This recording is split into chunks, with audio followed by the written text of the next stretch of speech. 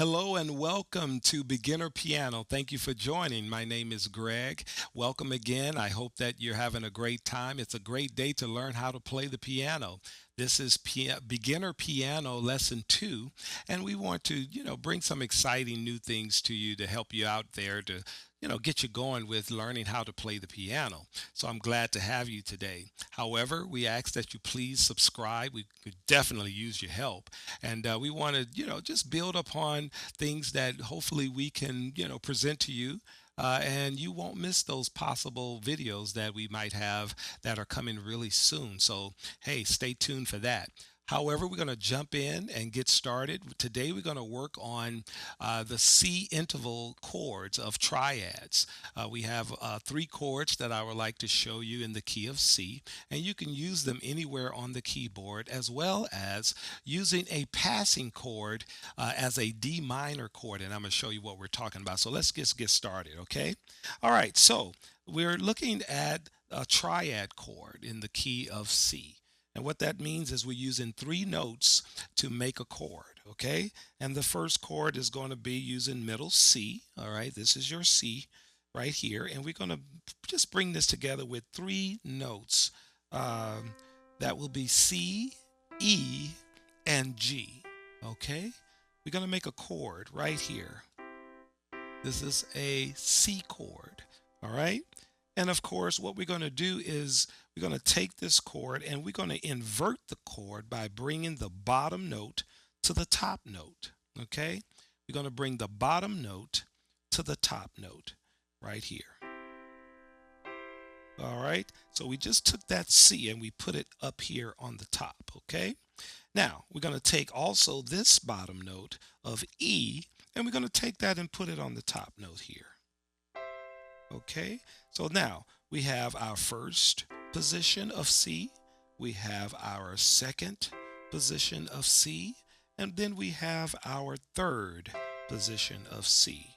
Again, how did we do that? We took the bottom note, we put it to the top.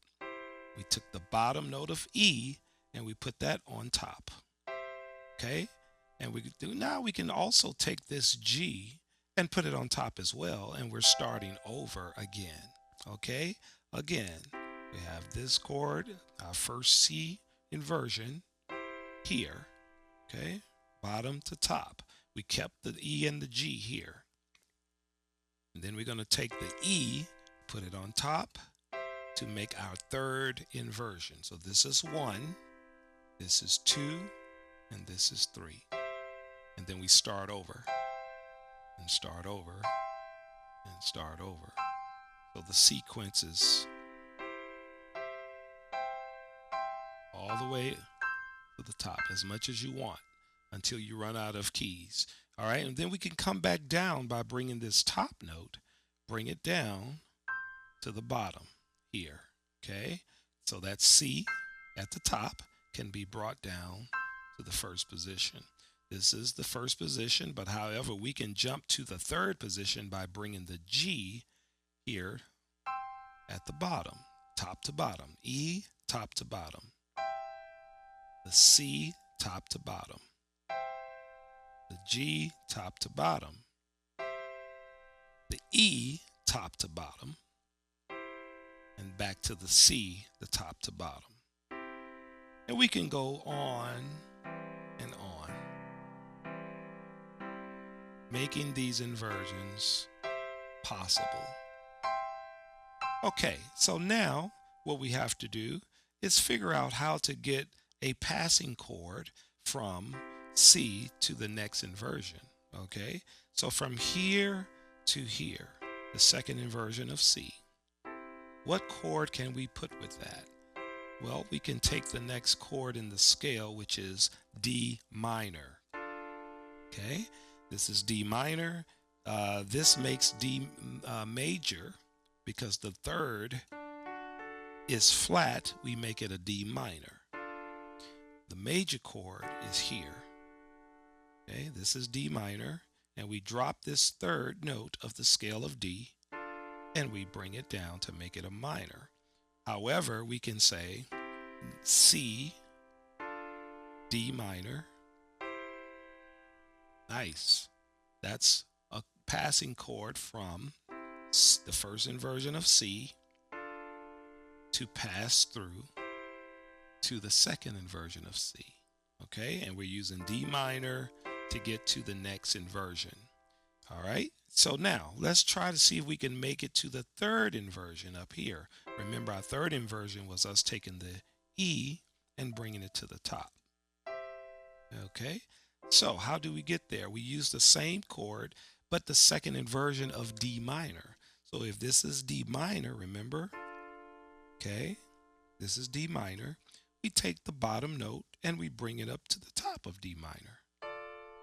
Okay, that would be the second chord in the D minor, or second position for D minor. And then we have a third position here, because what did we do? We took the bottom note and we brought it to the top using the same chord, but just bringing that bottom note to the top. And we can keep going on with D minor the same way. Okay, bottom to top, and then bottom to top. Okay, so we can do that across the board. Okay.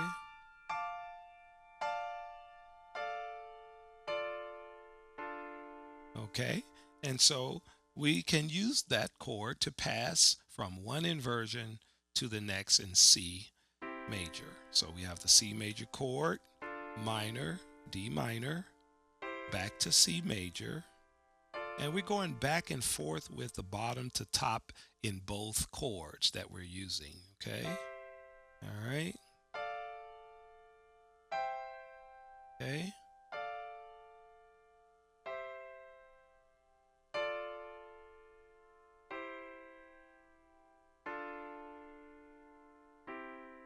Okay, so we can use that C passing chord, that D minor to C,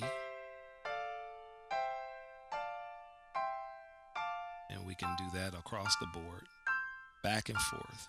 It's a good practice to have, and skill.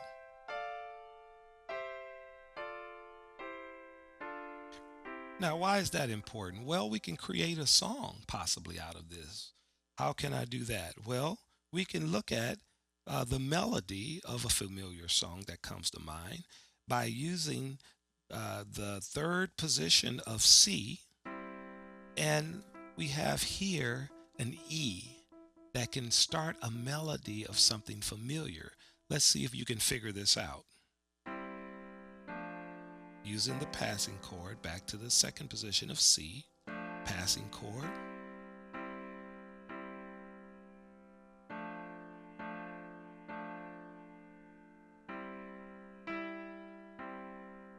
Okay.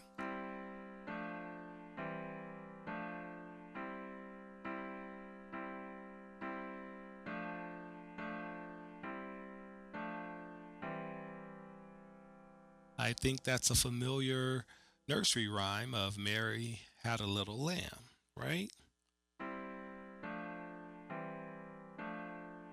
Using that passing chord of D minor right there and coming back to the third position of C in a lower register, second, third.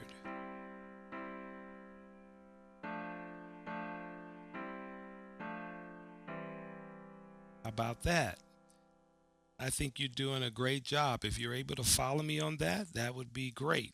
So again, we have our C chord, our passing chord in D minor, our C chord in the next inversion, and our passing chord in D minor, next inversion, and then our last position of C chord with a passing chord, and back to our first position in the octave above middle C. Okay?